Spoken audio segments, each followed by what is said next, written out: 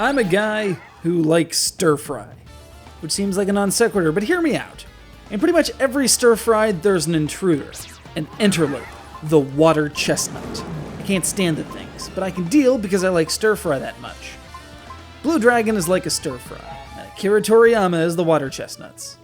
And they all look exactly like Dragon Ball, which is to say they all look exactly like Dr. Slump, which is to say they all look exactly like Dragon Quest, which is to say they all look exactly like Chrono Trigger. I realized that Sakaguchi's and Uematsu's names are attached to this thing, that it plays and sounds like what Final Fantasy used to play and sound like.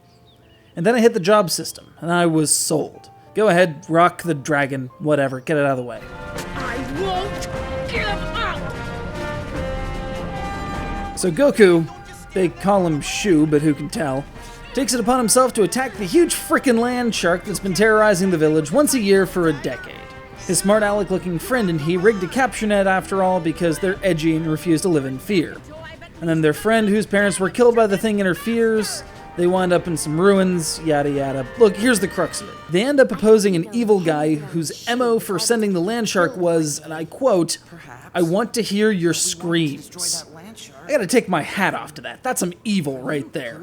More so than getting to know these stock Dragon Ball characters, I wanted to find out what's up with that.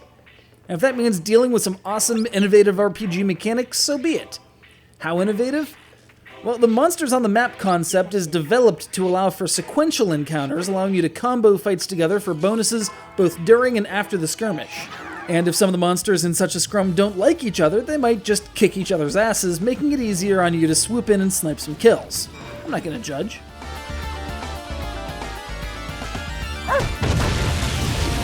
The basis for your powers is your shadow, which all of a sudden started manifesting as a huge beast after a mysterious voice implored you to swallow glowing balls of light.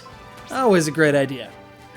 Said shadows can switch between jobs, track their levels separately within each class, learn skills, and then reconfigure said skills to adapt to whatever situation you wish. Kinda feels like a slimmed down Final Fantasy Tactics, and that's awesome. Also making waves is a system for charging magic and some physical attacks, kind of like how archers worked in Final Fantasy Tactics. That gauge shows you the initiative order, and by holding the A button you can increase the power of your spell or the timing of its fire.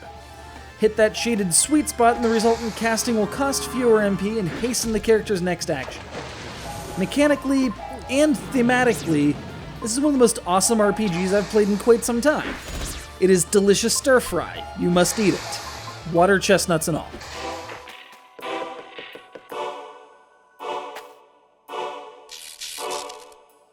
Detected.